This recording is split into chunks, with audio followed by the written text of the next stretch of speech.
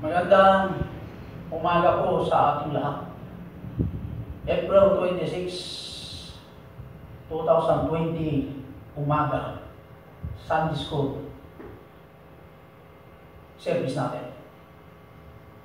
Salamat sa Diyos, mga kapatid, sa kanyang protection and safety. At salamat sa pagsagot niya sa ating mga panalangin. I hope and pray that we are all in good health always. Buksan natin ang ating Bible. Open with me your Bible sa 1 John chapter 2, chapter 2, verse 14 down to 17. Ang sabi po ng banal na kasulatan sa chapter 2, 14 ng 1 John, down to 17. I have to read and follow me and reading the Word of God. I have written unto you, fathers, because ye have known him that is from the beginning. I have written unto you, young men, because ye are strong, and the Word of God abideth in you, and ye have overcome the wicked one. 15. Love not the world, neither the things that are in the world. If any man love the world, the love of the Father is not in him. 16. For all that is in the world, the lust of the flesh and the lust of the eyes, and the pride of life is not of the Father, but is of the world. Verse 17. And the world passeth away, and the lust thereof. But he that doeth the will of God abideth forever. O God Almighty, salamat Panginoon sa iyong mga salita na aming nabasa. Salamat po, O Diyos, sa mga members na nakikinig po sa mga mensahe. Nawa ikaw makita sa mensahe ito na magkaroon ng kagalakan, magkaroon sa bawat isa sa kanila, O Diyos, ng katatagan ng pananampalataya, na nawa sila ay lumago in the faith according to thy grace. I pray, O great Father, na ingatan mo ang bawat pananampalataya sa virus na kumakalat. At ang kaaway ka po sinuot kumino sa bawat pananampalataya. E dalangin po namin ng aming Pangulo, Presidente Duterte, at lahat ng mga kabinete, lahat po ng elected official of the land.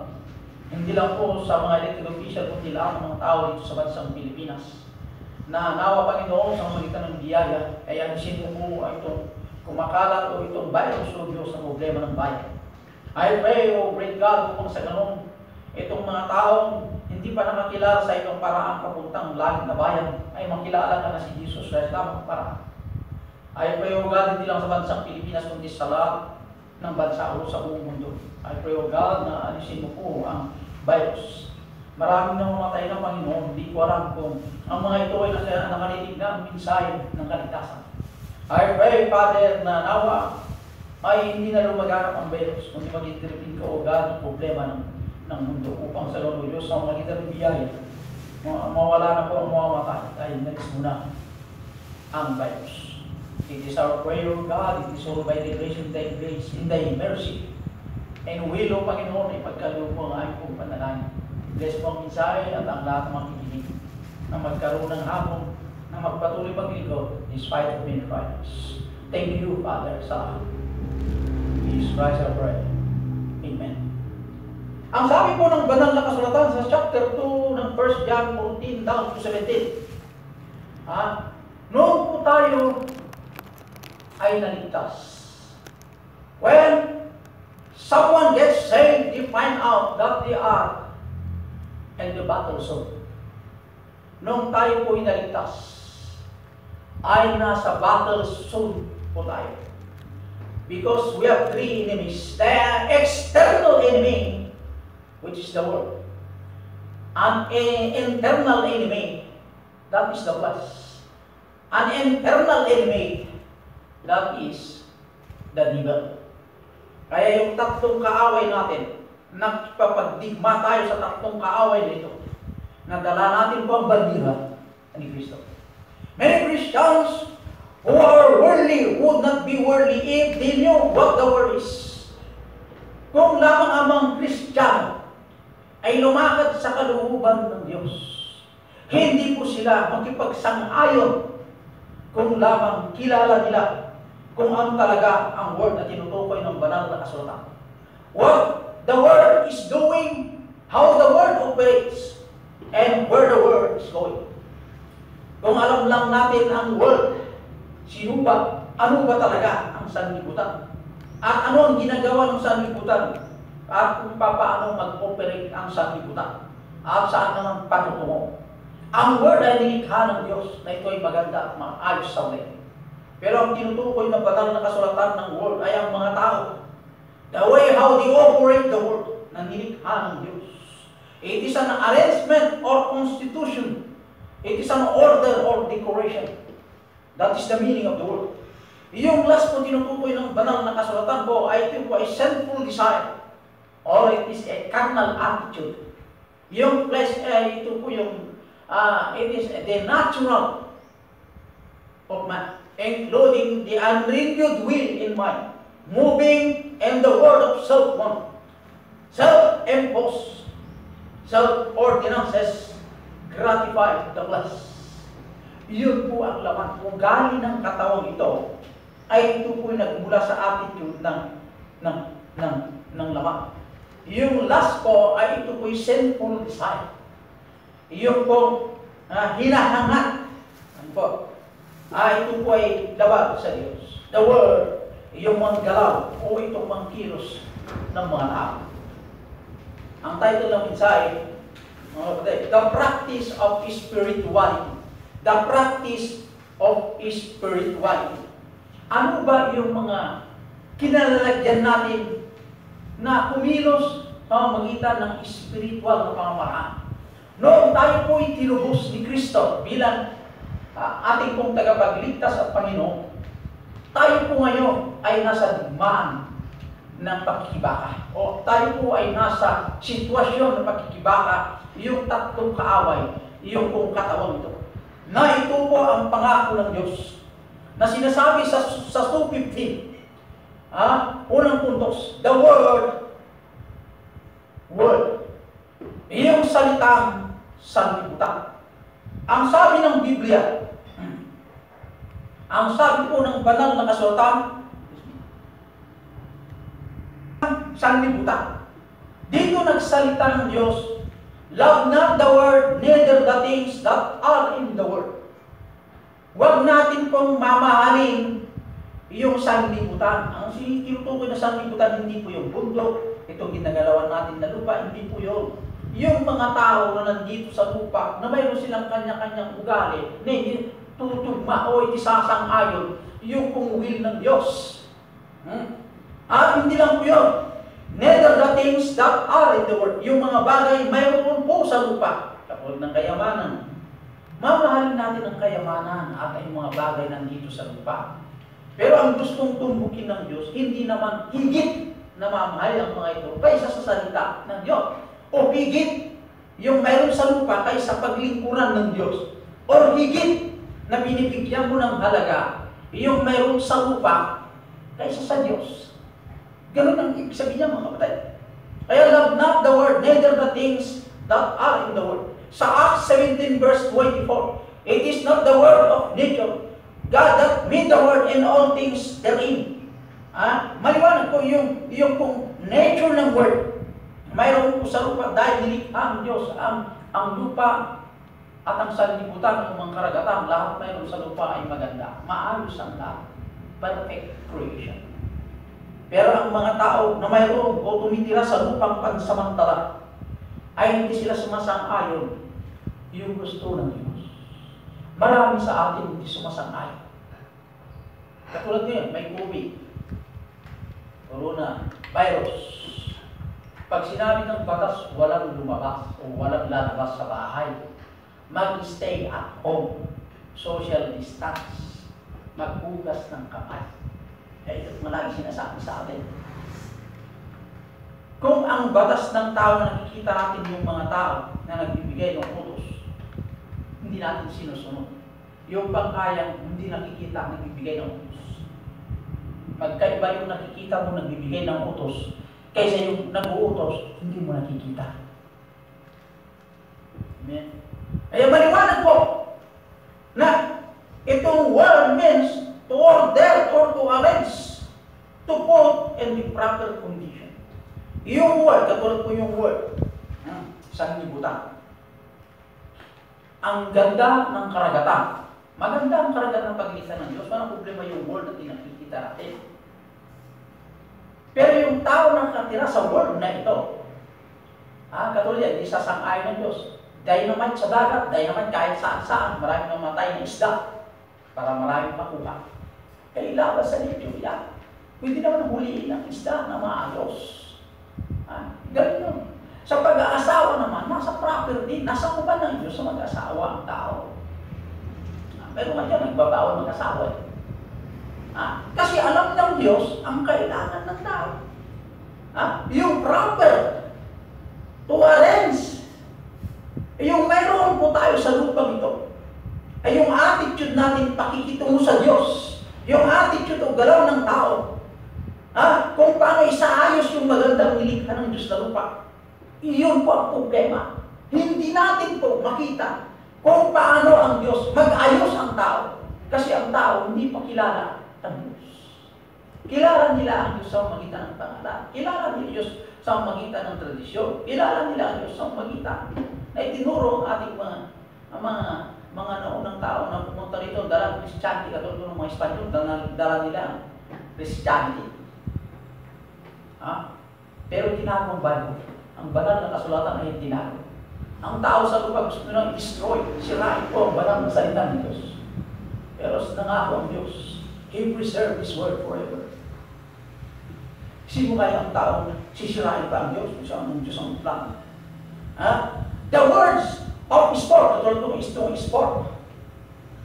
Itong laro, basketball, volleyball, lahat ng activities ng tao. Maganda lahat yan kasi physical yun. Walang problema yan. Ang problema doon, mas higit yung sport kaysa yung kung magbasa ng Bible. Mas higit ang sport kaysa yung umatin ng church during Sunday. Mas higit ang sport na bigyan halaga na i-prepare ang kanyang sarili kahit magpuyat yan sa larangan ng laro. Gagawin niya, lalo po yung mga young people. Pag sa Sunday, maraming masakit na ulo, excuses. Pero pag laro, kahit may sakit, sabi niya walang sakit. Ganun po ang attitude. Attitude po galing. Mayaya naman tayo mga kapatid. Ang anak ng Diyos dapat mawala sa atin itong mga karakter na ito. Kasi tayo po ay na-renew in the mind. Na-renew tayo po in the old one. Wala na po, the old man. Pero nandito pa rin. Word of appetite. Yung appetite ng tao ay lagi po yung flesh. Ibig sabihin yung appetite, yung gustong-gusto ng lamang ito, gusto nang gawin. Walang nanghahangat na gawin, yung gusto naman ng Diyos na siya po ang bumili, ang katawang ito o ang ating soul sa bundok ng Kalbaryo para tayo maligtas sa apoy ng iyak. Wala pa tayong hinangat na bigyan naman ng halaga yung spiritual na pagkain ng soul natin, ang pagkain natin spiritual. Yung relasyon natin sa Diyos na magiging tumatag o magiging tumatag pa sa magitan ng salita ng Diyos. Kasi po yung salita ng Diyos, yung pagkain ng ating spiritual. It is our spiritual food. Yan ang problema sa atin mga kapatid. The word, ang salita na sanlibutan. Nagbigay ng warning, love not the word. Ang iwaliwanag po mga kapatid sa 15. Love not the word, neither the things that are in the word. If anyone love the word, the love of the Father is not in him. Kaya I challenge you, ladies and gentlemen, i-arrange natin ang schedule sa ang katawang ito. May schedule kumain ng umaga, may schedule kumain ng tanghali, may schedule kumain ng evening, dinner, breakfast. May schedule na. May schedule din sa paglilingkod sa Diyos, katulad ng linggo. Pero yung panalangin, ang sabi ng Bible, every day and every night we should pray. Schedule mo sa iyo. The Word has a temporary rules, 2 Corinthians 4:4. The God of this Word had blinded the minds of them which believe not. Kaya si Satan, Lagi siya kumikilos na i-blind, bulagin po ang mga tao. Para sa ganoon ay hindi sila maniwala kung anong may rinibig sa salita ng Diyos. Ay nagbingibigan sila, hindi naintindihan. Ang mahirap din kung may mga Kristiyano na anak ng Diyos ay nagbingibigan din, walang naintindihan, hindi na alam ang schedule ng Diyos, hindi alam ang Bible. Bakit nagbingibigan din? Meron din ganoon mga kapatid. Memory verse, di ba? Memory verse. Pagdating ko sa mga artista, yung mga kapisado ng mukha, ang kanilang awit, alam nila. Pagkarang Kristiyano, hindi pa marunong umawit. 1 John 5:19, and we know that we are of God, and whole world lieth in wickedness. Alam natin na tayo po ay anak na ng Diyos.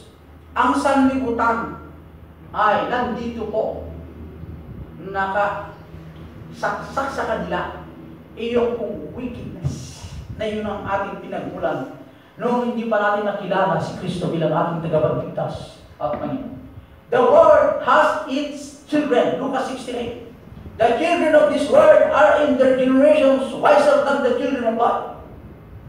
Magagaling po itong mga nasa sanlibutan.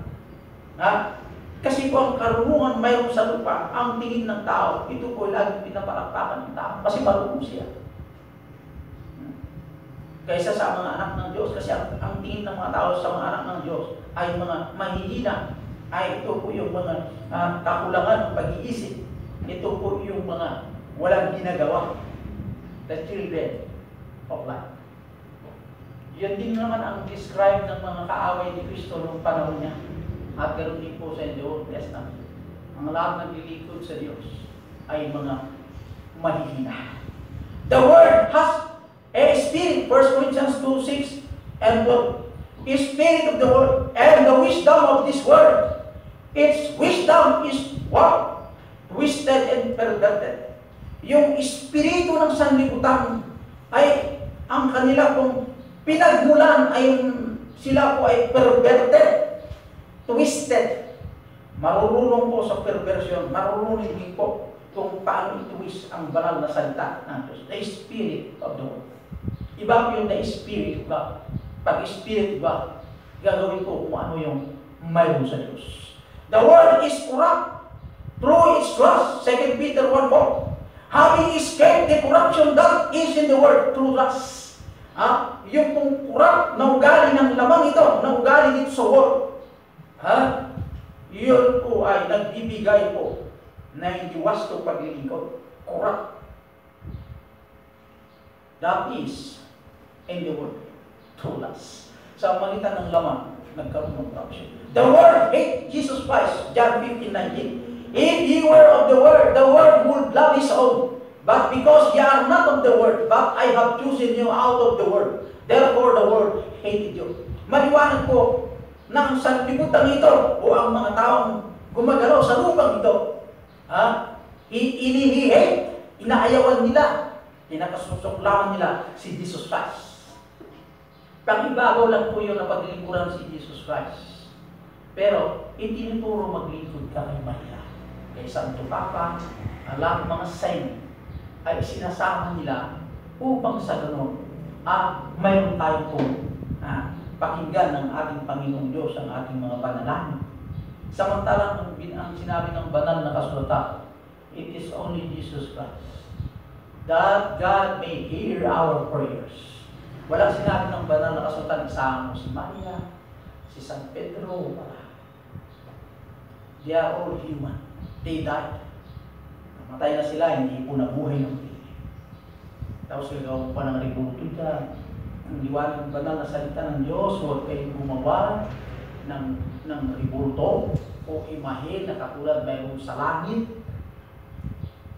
Patunay na sa Exodus 20. Na huwag kayo kong gumawa paglingkuran at yuyukuran, huwag matigas ang ulan.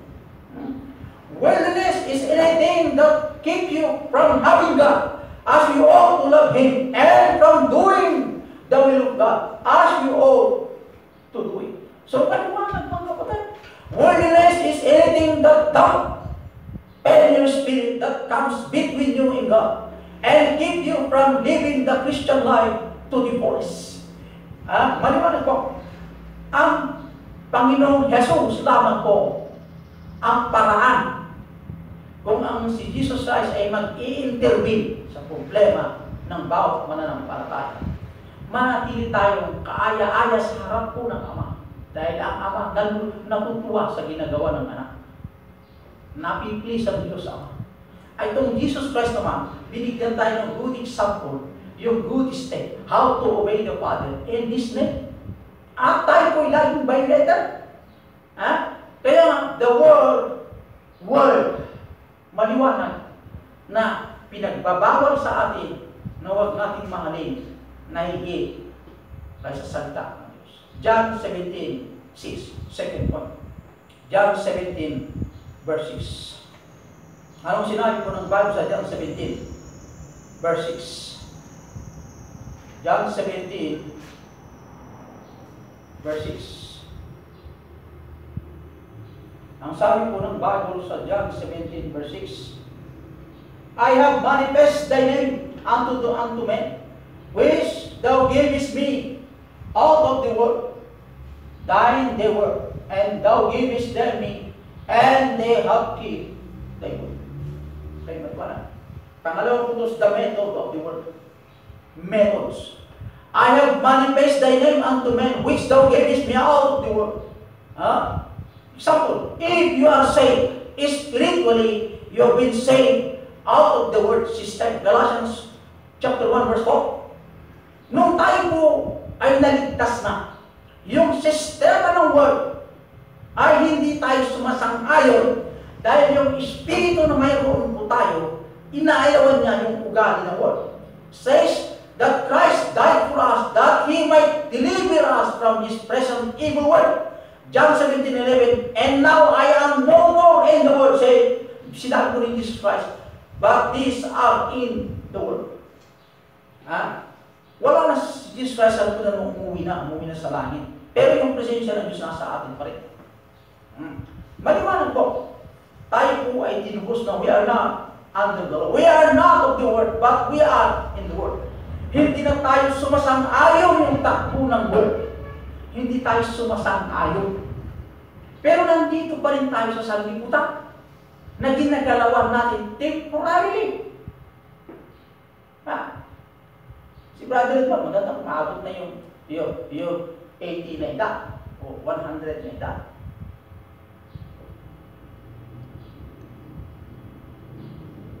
Si Brother Fernando, maganda umaabot na rin po ang 100. Walang makapagsasabi sa atin.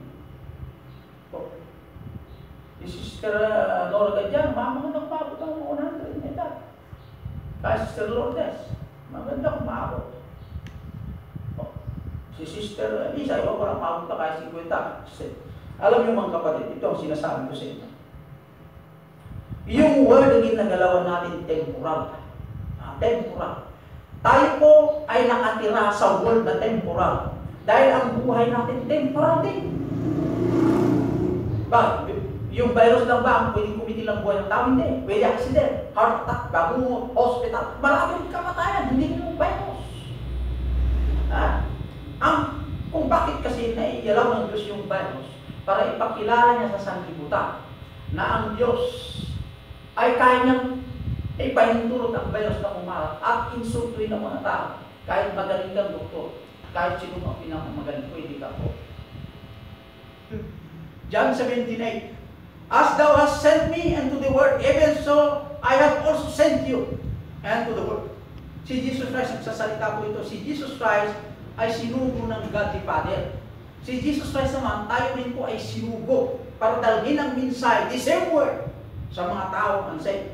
We are in the world, yet we are not of it, but we have been sent into the world. We are not of this world. Marami pala ng Kristiyan, hindi na kaintindi. Hindi na tayo sa sanlibutan. The purpose of the world wants to displease the love of God in your heart and replace it with love of the world. Ang sanlibutan, gusto niya pong di-discourage po tayo na maglingkod sa Diyos na mayroong katapatan, kundi gusto ng world na tayo po ay mahalin ang world more than this world.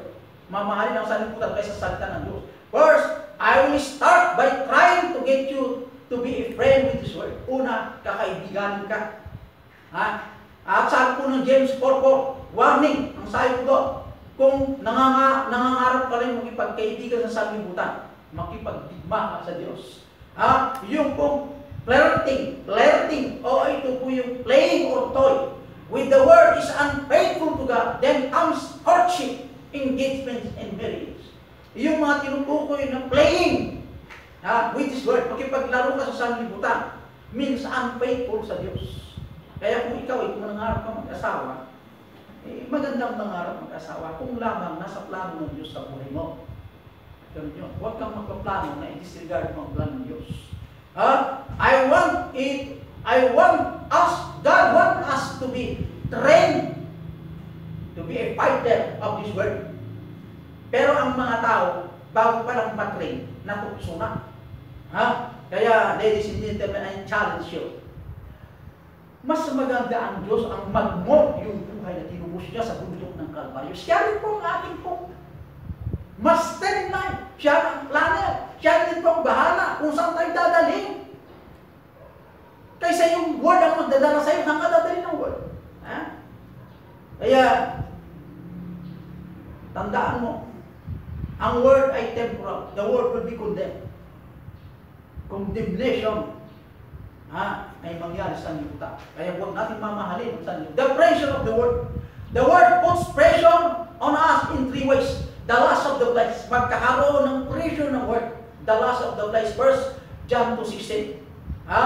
The word takes the normal function of the body, like appetite, ability. Yung sanlibutan, akayin ka sa magitan ng gusto ng laman. The lust of the eyes.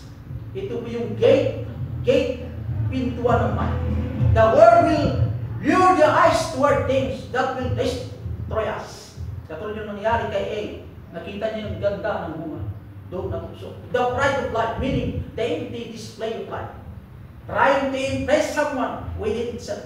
The pride of life, nanggaling kay Lucifer. Pangatlong puntos. 1 John 2:17. The mastery of the word, and the word passeth away, and the lust thereof. But he that doing the will of God abideth forever. Ang pagganap o paggawa yung kalooban ng Diyos is abideth forever. Nanatiling walang hanggan. Pero ang sanlibutan, mayroon pong hanggan. The word, mastery. The passing nature of the word. 1 Corinthians 7:31. The passion of this word passeth away. 2 Peter 3:10. The elements shall meet with fervent hate. Madi-destroy ang word. The nature of the word is that nothing is permanent. Building decay trees die. Everyone. It will drop. Ito pong sanlibutan. Third to none. Everything offer of this word is temporal. Lahat po ng offer ng word ay temporal. The permanent nature of the will of God. Mas magandang hanapin natin ang kalooban ng Diyos kasi permanente. Maanin natin sa katawan, permanente ng lasin, maanin natin sa pangalawa. Bakit permanente? Yung blessing ng Diyos ay walang hanggan, nanatili, may karugtong pa sa pangalawang buhay. We will not overcome this word until we have seen a better word. And the Old Testament, maliwanag po sinabi po ng Bible, they were looking for a city whose builder, maker is God. There is better than house, lands, and material things. They have fallen in love with this world than to love the will of God. Sanlibutan, they love more the word rather than to love His word. How do you overcome the word? By doing the will of God. The Bible says, there are pleasure of sin, precision, Hebrews 11:25. But the right hand, there are pleasure forevermore. Psalm 16:11. The only thing, the promise of God, to stay in the land, not to obey His word. Good morning, and God bless you.